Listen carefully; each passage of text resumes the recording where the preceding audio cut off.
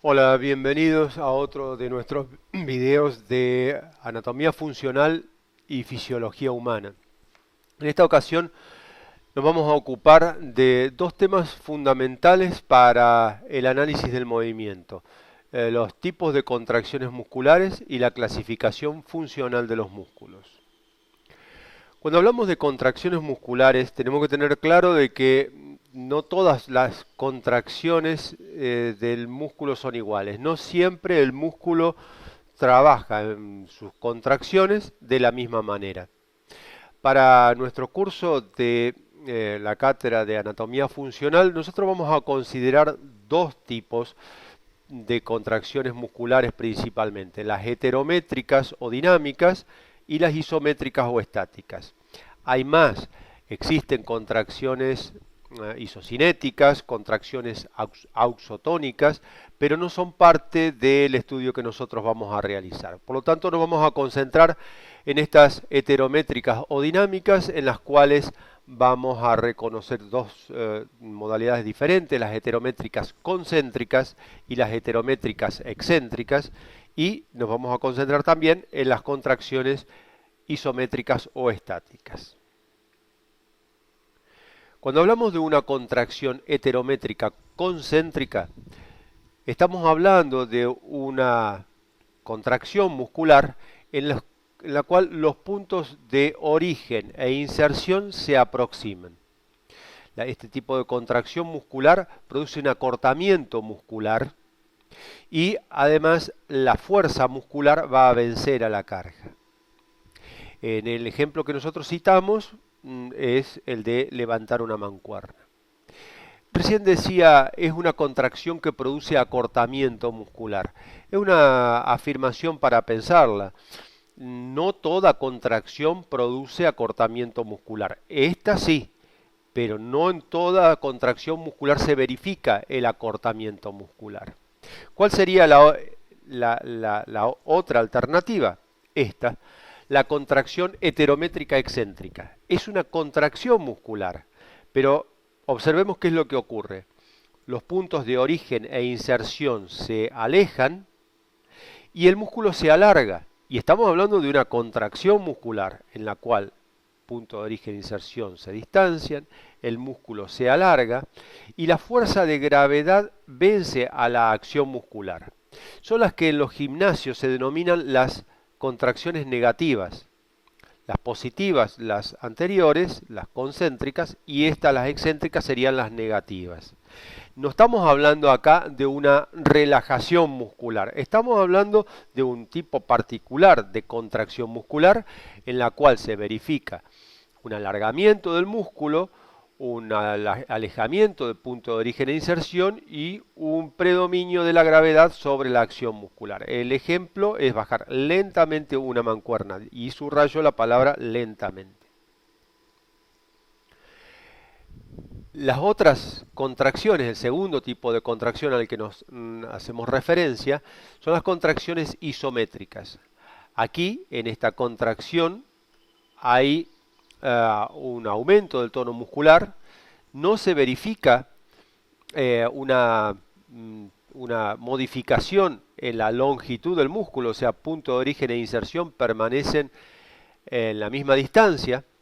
No hay aquí trabajo mecánico, entendiendo trabajo mecánico al producto de la fuerza por la distancia. No hay trabajo mecánico, pero sí el músculo tiene una elevadísima actividad bioquímica, objeto de otro video seguramente.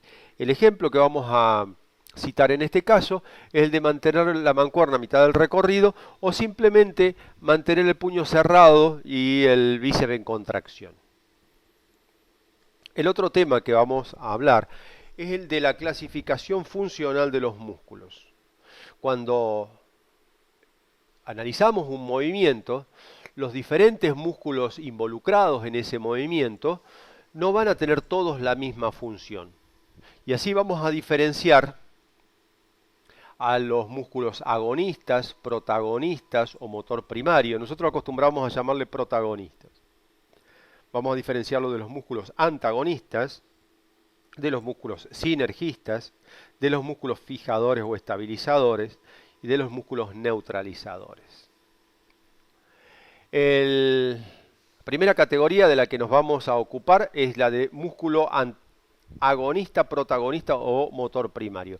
Se define como el músculo responsable de la acción principal del movimiento que estamos analizando. Y subrayo esto, que lo vamos a aclarar y vamos a reflexionar acerca de esto sobre el final del video, del movimiento que estamos analizando. Y aquí hay que aclarar entonces cuál es el movimiento que vamos a analizar. A manera de ejemplo, a lo largo de toda esta exposición, vamos a analizar el movimiento de curl con mancuernas sin supinación, conocido en la actividad de gimnasio como el curl martillo, o sea, donde hay se verifica una flexión del codo sin supinación. O sea, ahí la mano queda en una media pronación y supinación. Entonces, ¿cuál sería en este ejemplo que vamos a estar analizando, este ejemplo de movimiento que vamos a estar analizando, cuál sería el músculo protagonista, o sea, el responsable de la acción principal? El braquial anterior. Músculo braquial anterior, en nuestro ejemplo, va a ser el músculo responsable del movimiento. La otra categoría que vamos a estudiar es la de músculo antagonista. Músculo antagonista es el músculo que tiene realiza la acción contraria al protagonista. Para que el protagonista actúe, el antagonista debe estar relajado. Y en nuestro ejemplo, el antagonista va a ser el tríceps braquial. Aclaro, tríceps braquial porque tenemos un tríceps sural, así que no está de más identificarlo con nombre y apellido, el tríceps braquial. Entonces, para que actúe el braquial anterior, el tríceps braquial debe estar relajado. Pero ¿qué pasa también con los músculos antagonistas? Los músculos antagonistas actúan también como músculos de frenado. Si realizamos, saliéndonos del ejemplo, si nosotros realizamos un movimiento rápido de flexión del codo, libre sin la mancuerna, y lo frenamos, de repente frenamos, ese frenado responde a la contracción, o sea, es la consecuencia de la contracción explosiva del tríceps. Entonces una contracción explosiva rápida de un músculo antagonista produce el frenado, la finalización de la acción de un músculo protagonista. Los músculos sinergistas son músculos colaboradores que ayudan a la acción del músculo protagonista, insisto, en el movimiento que estamos analizando. ¿Qué tenemos hasta el momento? Que el protagonista es el braquial anterior, protagonista del curl martillo, de esta flexión de codo que estamos analizando sin supinación, es el braquial anterior. El antagonista dijimos que es el tríceps, que debe estar relajado, y los que van a ayudar, van a colaborar, van a ser el bíceps braquial y el supinador largo, también conocido como músculo bracoradial. Son músculos que colaboran con un menor grado de participación. O sea, ¿cómo colaboran? Realizando una ayuda al protagonista con un grado de incidencia menor que el del protagonista. Los músculos fijadores o estabilizadores son aquellos que mediante una contracción isométrica se contraen para inmovilizar una articulación vecina y permitir el movimiento de la articulación que realiza el movimiento que estamos analizando. En este caso, en el caso de nuestro ejemplo, el músculo fijador o neutralizador sería el deltoides, que va a realizar una contracción isométrica que va a inmovilizar la articulación escápulo-humeral de manera de permitir esta contracción de las articulaciones del complejo del codo. Si esto no ocurriera, la articulación escápulo-humeral actuaría como una especie de charnela, de bisagra, y al contraerse el braquial anterior habría un ascenso de la mancuerna y el codo iría hacia atrás. O sea, por, siguiendo una dirección vertical, así, como cayendo a plomo en relación a la fuerza de la gravedad. ¿Por qué no ocurre esto? Porque, como acabo de decir, el deltoides realiza una contracción isométrica, inmoviliza la articulación o sea, la escápula humeral y permite de esa manera el movimiento de la articulación del codo. Esto es muy común y cito otros ejemplos. Cuando caminamos, cuando corremos, las articulaciones que se mueven claramente son la coxofemoral, la articulación de la rodilla. Pero, ¿por qué la columna se mantiene erguida? Porque hay una contracción isométrica de los músculos de la cintura abdominal. Quiero decir con esto, el recto anterior del abdomen, de los oblicuos, de los paravertebrales. Hay contracciones isométricas de toda una serie de músculos que van a mantener la postura de la columna. Y vuelvo otra vez. ¿Hay movimiento ahí? No, no hay movimiento. ¿Hay trabajo mecánico? No. Hay un elevado trabajo, una elevada actividad bioquímica en todas las contracciones isométricas, que son las que permiten la inmovilización de las articulaciones. Son los músculos posturales, o sea, los llamados músculos posturales. Otra de las categorías es la de músculo neutralizador. Acá debo aclarar que esta función muscular no siempre está presente en todos los movimientos. Citamos el ejemplo, estamos trabajando en base a este ejemplo porque justamente este ejemplo sí tiene todas las categorías de las acciones musculares que estamos analizando. ¿Qué son los músculos neutralizadores? Son músculos que se contraen para evitar una acción no deseada. Músculos que se contraen para evitar una acción no deseada. O sea, nosotros estamos aquí analizando el curl martillo, o sea, una flexión de codo sin supinación. No deseo hacer supinación. Vale decir que aquí se van a contraer también de manera isométrica los músculos pronadores. Tenemos dos pronadores, el pronador redondo en las cercanías del codo y el pronador cuadrado en las cercanías de la muñeca. Estos músculos pronadores se van a contraer evitando que se produzca la supinación a la cual llevaría, por ejemplo, un predominio del bíceps. ¿Por qué? Porque el bíceps es un músculo flexor y supinador. Y acá nosotros no queremos hacer supinación, estamos analizando el curl martillo, la flexión de codo sin supinación. Para que esto se produzca, o sea, en realidad para que no se produzca la supinación, debe existir la acción, se debe verificar la acción de los músculos pronadores como músculos neutralizadores. Y hasta aquí las acciones musculares, las funciones musculares que estamos analizando. Pero hay que tener en cuenta esto, o sea, hasta acá la descripción. Ahora vamos a pensar. Hay que tener en cuenta esto. Las funciones musculares se van a definir en relación al movimiento que estamos analizando. Los músculos varían su función en los diferentes movimientos. Fijémonos en estos dos ejemplos.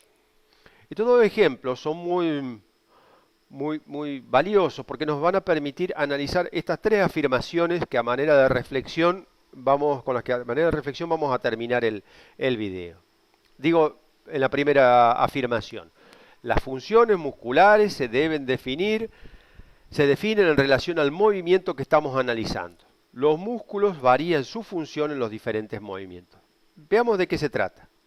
Cuando hacemos una dominada, tenemos que el codo va en la fase de ascenso a hacer una flexión y en la fase de descenso una extensión.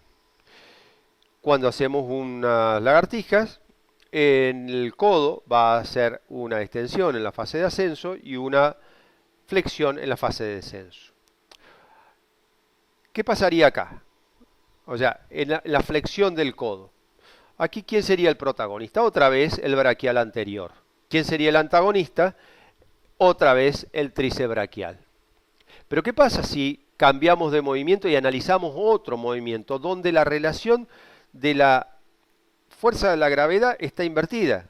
Fíjense, el tríceps braquial va a producir la extensión del codo oponiéndose a la fuerza de la gravedad, para lo cual el tríceps braquial va a ser el protagonista, va a ser el principal responsable del movimiento que estamos analizando. En tanto que en este caso, a la inversa del caso anterior, el bíceps braquial, el braquial anterior, van a ser músculos antagonistas que deberán estar relajados para permitir la acción del tríceps. Con lo cual, verificamos en este ejemplo que las funciones musculares se van a definir en relación al movimiento que estamos analizando. El bíceps será antagonista, protagonista o antagonista según el movimiento. El tríceps será antagonista o protagonista según el movimiento. Cuando hacemos análisis de movimiento también debemos considerar en qué instancia del movimiento se vence la carga. Por ejemplo, acá claramente en una dominada la carga se vence en el momento de la flexión del codo. Y aquí en la lagartija la carga se vence durante la fase de extensión del codo. Tomo el codo como ejemplo porque es lo más claro, lo más gráfico y evidente. Pero queda bien en evidencia, digo, que debemos considerar en qué instancia del movimiento se vence la carga. Acá tengo flexión y extensión del codo. Acá también tengo flexión y extensión del codo. Pero ¿por qué es distinto de este movimiento? Porque aquí la carga se vence durante la flexión y aquí la carga se vence durante la extensión. En el mismo sentido, se debe considerar si un movimiento es determinado por factores musculares o por factores no musculares. O sea, exógenos, externos al músculo, como cuáles, como la fuerza de la gravedad, la inercia. ¿Qué quiero decir con esto? Aquí, la flexión del codo claramente va a estar determinada por acciones musculares. Acá el músculo está venciendo la carga para que el cuerpo pueda ascender. Pero ¿qué pasa con el descenso? El descenso va a estar determinado por acciones, por factores externos al músculo, tal cual es la fuerza de la gravedad. Y aquí ocurre lo mismo. O sea, la extensión del codo va a estar determinada por factores musculares y la flexión del codo va a estar determinado por la fuerza de la gravedad a la cual el músculo se va a oponer. Acá, y voy a cerrar este video con un concepto muy fuerte para el análisis de movimiento. Y que justifica por qué tratamos estos dos temas en conjunto. No se debe confundir músculo antagonista con la función de la acción muscular de tipo de contracción heterométrica excéntrica. No se debe confundir músculo antagonista, función muscular de músculo antagonista, con acción muscular heterométrica excéntrica. Tipo de contracción muscular heterométrica excéntrica. Parece muy raro de confundir, pero cuando se hace el análisis de movimiento, ese punto es un punto central en las confusiones, donde se reitera mucho estas confusiones y estos equívocos. Vamos a ver qué es lo que quiero decir. Vamos a analizar la acción del braquial anterior y del tríceps en las dominadas. Y después lo haremos en las lagartijas. Fíjense, la flexión del codo se va a realizar por un tipo de contracción heterométrica concéntrica del braquial anterior, que va a ser el músculo protagonista, que va a vencer la carga en el momento de ascenso. ¿Y qué va a pasar cuando el músculo cuando el cuerpo descienda, durante la flexión del codo, la extensión del codo, perdón, durante la extensión del codo. La extensión del codo es determinada por factores externos, por la fuerza de la gravedad. Por lo tanto, el protagonista va a seguir siendo el músculo braquial anterior mediante la realización de una contracción heterométrica excéntrica. No cambia la función muscular. El músculo sigue siendo protagonista en la fase de ascenso y en la fase de descenso. Sí cambia el tipo de contracción muscular, que pasa de ser heterométrica concéntrica durante el ascenso, o sea, en la flexión del codo,